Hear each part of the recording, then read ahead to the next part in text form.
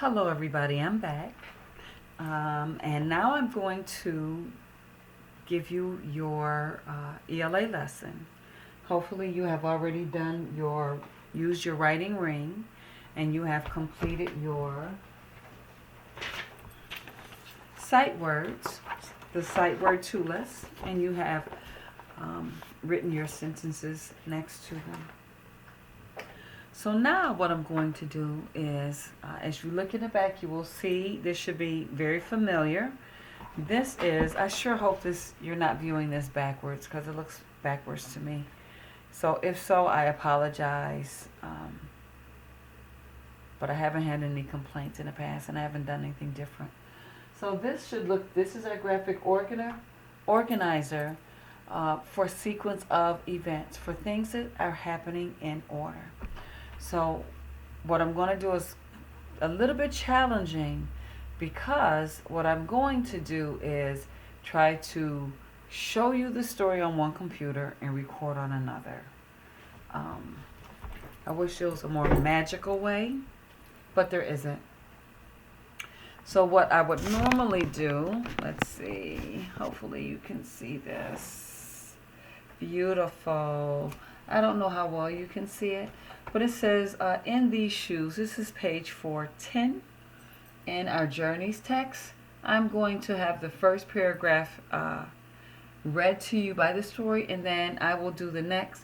And we're going to fill out our graphic organizer, things that happen in order, because if you look here at the bottom, you will see this is called a number line. We have seen, it's actually called a timeline.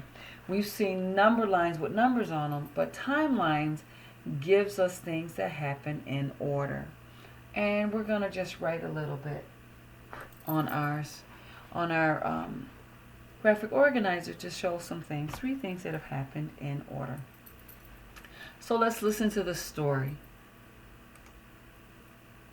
In these shoes, sport engineers have also designed shoes to make athletes faster and to give them more support.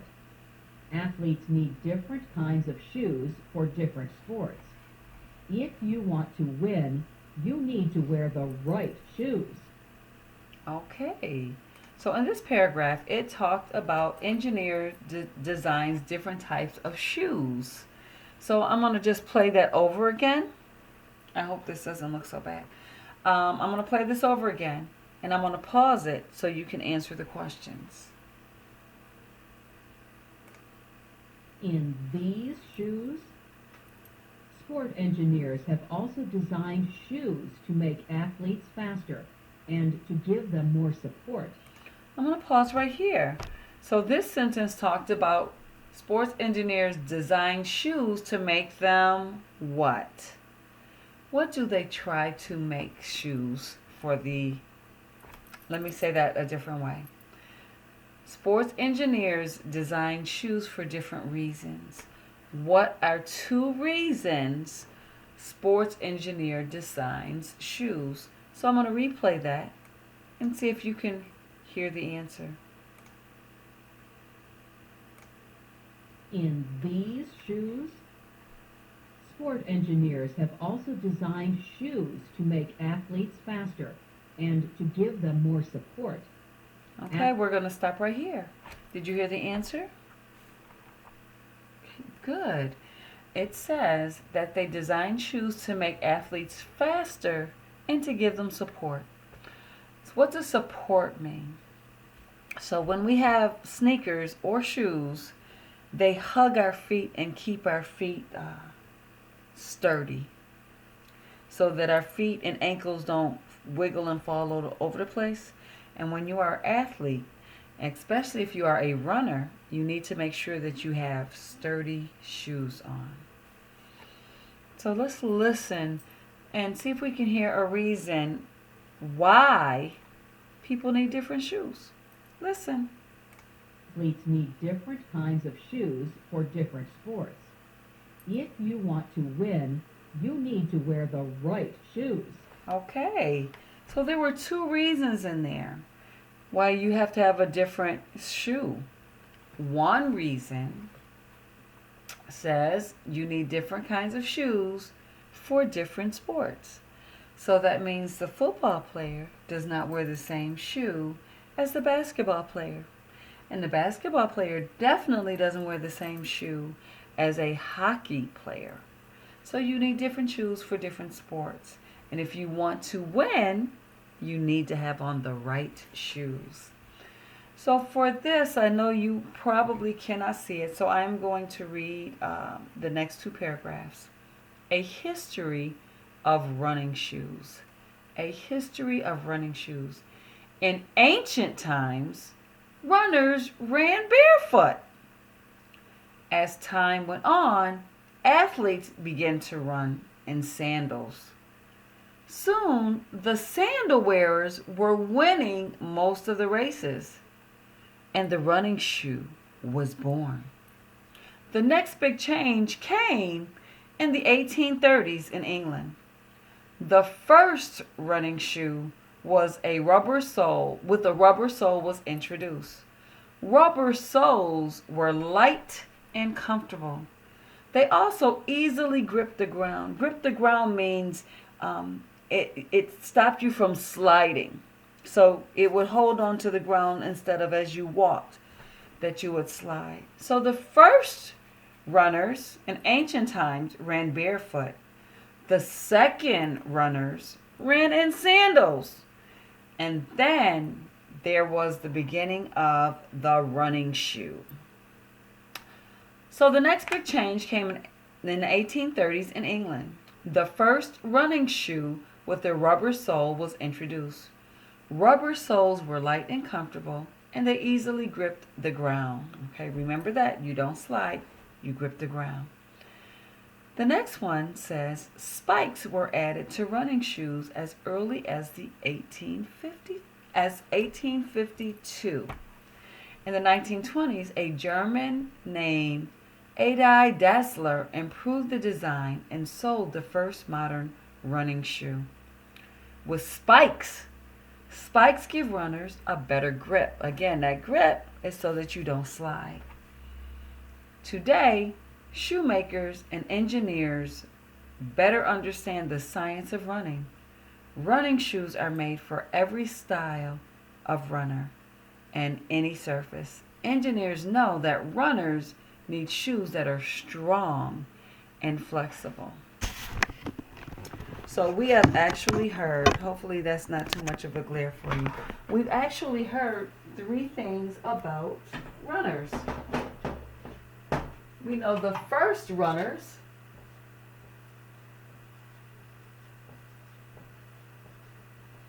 all right, so in your ELA notebook, I want you to make these squares again.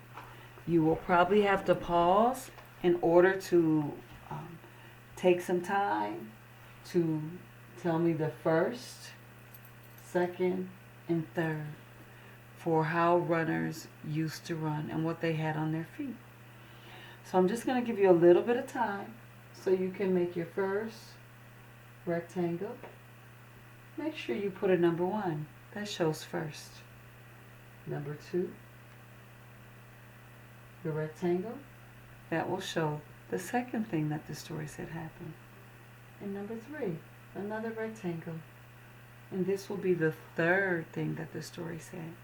So in the beginning, if anybody can remember, in ancient times, runners ran how? Runners ran barefoot. So we're going to write ran barefoot.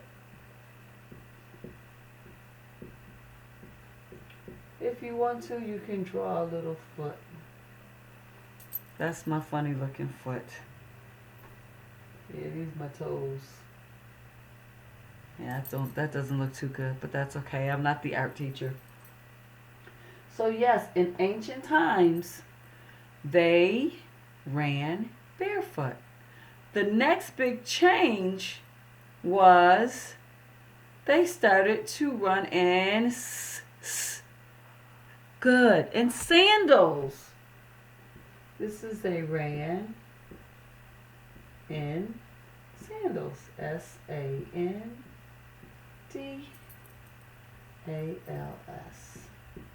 And sandals. So now the foot has a sandal on it.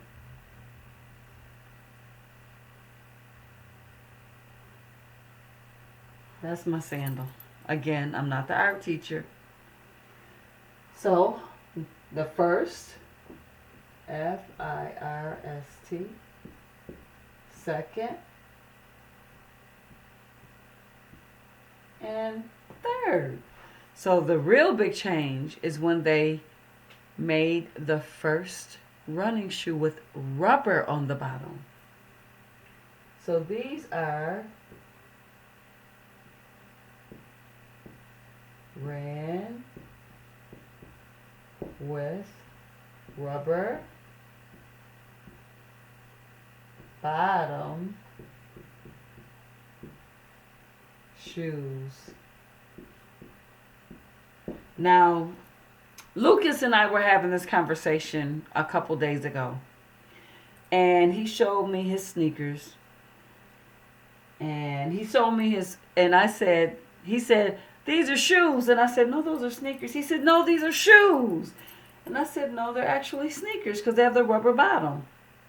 So, in the story, it said rubber shoes. So, and let's see, what year was that? In 1920, you would have been correct because they didn't come up with the name sneakers. So here, this is the rubber.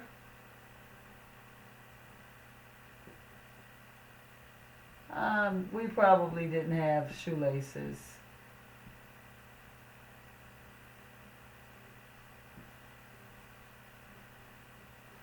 So, the third thing that happened, oh shoot, let me fix this.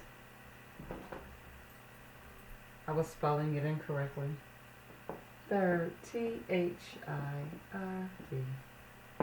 So the third thing that happened is that the runners ran with rubber bottom shoes. So make sure you put this in your ELA notebook. The one thing that I do want to do is go back to the story because I want you to see a timeline. We have done some timelines in social studies, and this is one in our reading book. So you may have to pause this to make sure that you have the word runners. The first thing that happened, they ran barefoot. The second was they ran in sandals. Here's my sandal foot. And the third change was they ran with rubber bottom shoes. And there they have it. So if you need to pause it so that you can write this down, make sure you write it down. But what I want to do now is go back to the story because I want you to be able to see this timeline.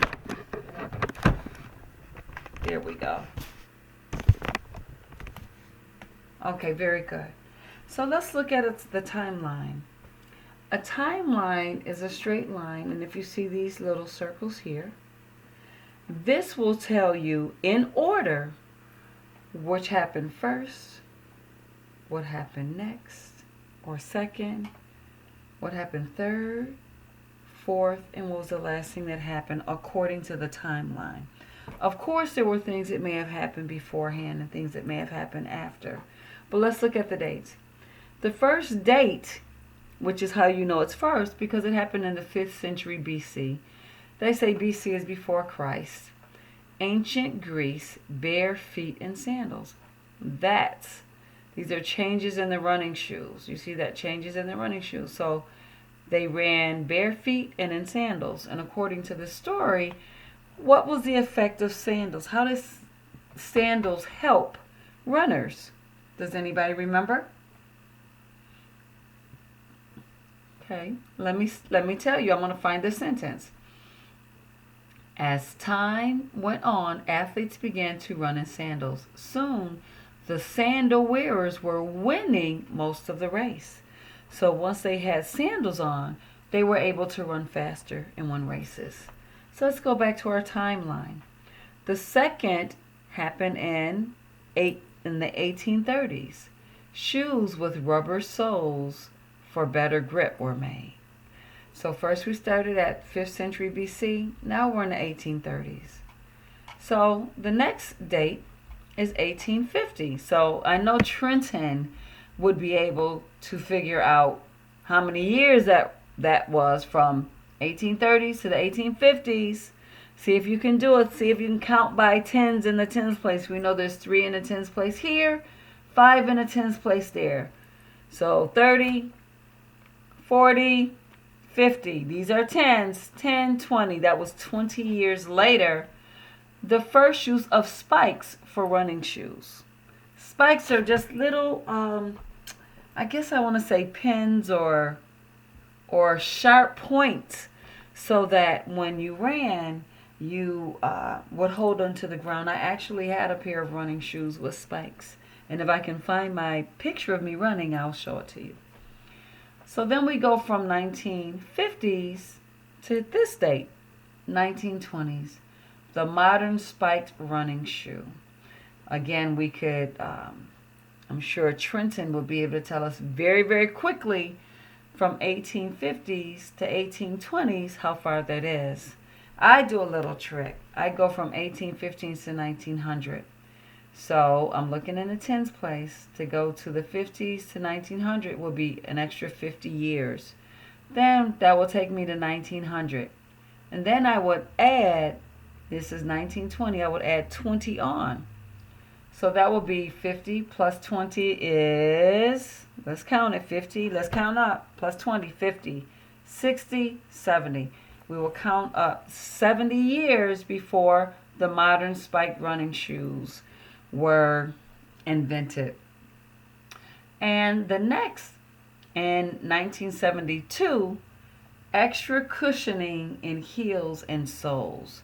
So that's probably more like the sneakers that we wear now, where they feel really good on our feet. We can walk for a long time, and definitely good for running over time. So now we're going to do the same thing. We're going to go from the 20s, and you see 2 in the tens place. What number's in the tens place here? 7. So let's count up. So let's see, 20s, 30, 40, 50, 60, 70. That'd be, let's count, 10, 20, 30, 40, 50, 5 years. So from 1920s to 1972 is 50, and we have 2 in the ones place, 52 years before we got a comfortable running shoe. So with that, what I would also like for you to do, I don't know if I can, I'm going to see if I can find this, but I would like for you to design your own running shoe in your ELA notebook. You can, if you have a pair of shoes at home that you would like to trace or copy, you can do that. Or you can just in your mind create a running shoe that you would think would be comfortable. And then I want you to give me at least 2 sentences telling me why your running shoe is great. Okay? So that is going to be your assignment for today. I'm going to end with ELA. And then I am going to, we're going to do math. I'm going to tell you what the math assignment is. So thank you. It is good to see you. Well, I don't really see you, and you do see me, but we don't see each other. But we will see each other on Monday, which is why I'm doing this. So thank you so much. Have fun designing your sneaker. Talk to you later. Bye-bye.